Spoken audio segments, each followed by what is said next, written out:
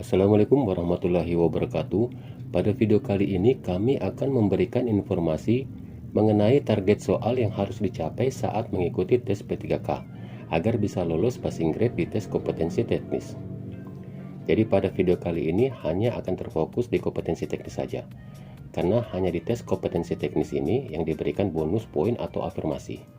Di kompetensi ini juga diberikan bobot yang lebih tinggi dibandingkan kompetensi lain, yaitu 60%. Nah, ini adalah skema yang telah kami buat. Skema ini dibuat untuk memudahkan teman-teman dalam menghitung berapa banyak soal yang harus dikerjakan dengan benar, agar bisa lolos passing grade pada tes kompetensi teknis.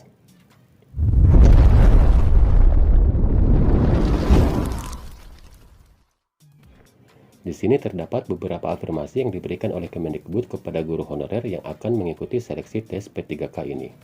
Ada 5 jenis afirmasi yang diberikan oleh Kemendikbud. Yang pertama, memiliki sertifikat pendidik. Yang kedua, usia di atas 35 tahun. Yang ketiga, honorer K2. Yang keempat, usia 35 tahun plus honorer K2. Dan yang terakhir, tidak mendapatkan afirmasi. Yang perlu teman-teman ketahui, afirmasi hanya berlaku di tes kompetensi teknis. Kompetensi teknis terdiri dari 100 butir soal. Jika jawaban benar, maka akan memperoleh 5 poin. Dan jika salah, tidak mendapatkan poin. Jadi jika benar semua akan memperoleh 500 poin. Namun sebelum kita coba menghitung berapa banyak soal yang harus terjawab dengan benar agar bisa mencapai nilai passing grade, ada baiknya teman-teman menekan tombol subscribe, like, dan tombol notifikasinya agar tidak ketinggalan informasi menarik lainnya dari channel ini. Sekarang kita coba hitung berapa poin yang didapat guru honorer yang mendapatkan afirmasi.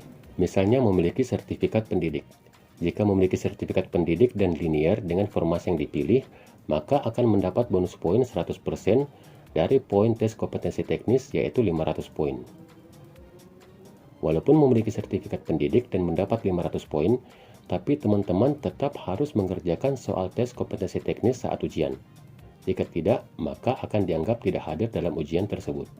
Selanjutnya, afirmasi bagi honorer di atas 35 tahun.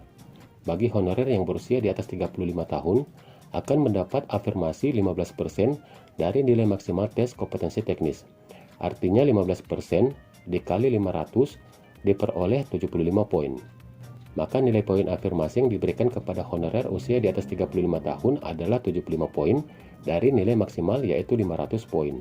Kemudian untuk honorer XTHK2, honorer XTHK2 mendapat afirmasi sebesar 10% dari nilai maksimal kompetensi teknis.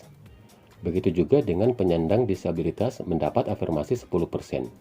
Jika 10% ini dikalikan dengan jumlah total kompetensi teknis, yakni 500, maka poin yang akan diperoleh sebesar 50 poin. Jadi honorer XTHK2 dan penyandang disabilitas hanya memperoleh bonus poin sebesar 50 poin. Dan jika teman-teman masuk dalam golongan honorer K2 dan usia di atas 35 tahun, maka teman-teman akan mendapat 2 afirmasi, yakni afirmasi golongan honorer K2 dan afirmasi usia di atas 35 tahun. Berarti 75 ditambah 50, maka poin yang diperoleh sebesar 125 poin. Tinggal nanti teman-teman menambah kekurangannya untuk mencapai nilai passing grade. Kemudian di sini kita lihat nilai passing grade. Perlu teman-teman ketahui bahwa nilai passing grade itu tidak sama atau berbeda. Di sini kami memberikan 3 contoh passing grade yang berbeda.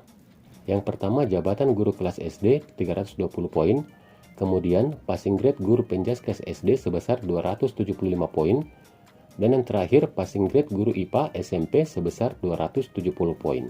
Jadi nilai passing grade berbeda tiap bidang studi per jenjang. Misalnya teman-teman berusia di atas 35 tahun dan mengambil formasi guru kelas SD dengan passing grade 320, maka teman-teman tinggal menambahkan kekurangannya. Kita coba hitung 320 dikurang 75 diperoleh 245 poin. Jadi perlu ditambahkan sebanyak 245 poin atau sekitar 49 soal dengan jawaban yang benar. Jika teman-teman memilih formasi guru kelas SD dan berusia di atas 35 tahun, maka teman-teman harus menambah poin 245 dengan jumlah soal yang benar sebesar atau sebanyak 49 nomor. Begitu juga jika ada teman-teman memilih guru penjaskes untuk SD, di mana nilai passing grade-nya sebesar 275. Maka 275 dikurang 75 diperoleh 200 poin. Jadi perlu teman-teman menambah sebesar 200 poin atau sebanyak 40 nomor soal dengan jawaban yang benar. Kemudian misalnya mengambil formasi guru IPA tingkat SMP dengan nilai passing grade 270. Maka 270 ini dikurang dengan 75 diperoleh 195. Jadi teman-teman perlu menambah 195 poin dengan jumlah soal yang benar sebanyak 39 nomor. Contoh selanjutnya misalkan afirmasi usia di atas 35 tahun dan termasuk dalam honorer K2. Memilih formasi guru SD. Maka 320 dikurang 125 diperoleh 195 poin, atau sebanyak 39 nomor soal yang dijawab dengan benar. Begitu juga dengan guru penjas SD. Passing grade-nya 275, maka 275 dikurang 125 diperoleh 150 poin. Artinya teman-teman harus menjawab benar sebanyak 30 nomor soal. Dan jika mengambil formasi guru IPA tingkat SMP, maka 270 dikurang 125 diperoleh 145 poin. Dengan jumlah jawaban benar sebanyak 29 nomor soal. Jika tidak mendapat afirmasi dan memilih formasi guru kelas SD, maka harus mencapai poin sebesar 320 atau sebanyak 64 nomor soal dengan menjawab jawaban yang benar.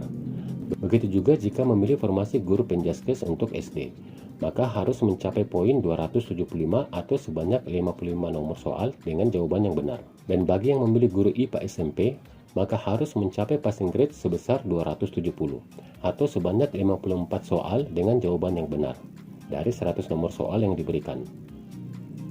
Demikianlah informasi yang dapat saya bagikan, semoga bermanfaat.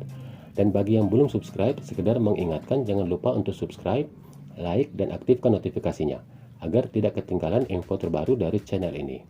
Terima kasih. Assalamualaikum warahmatullahi wabarakatuh.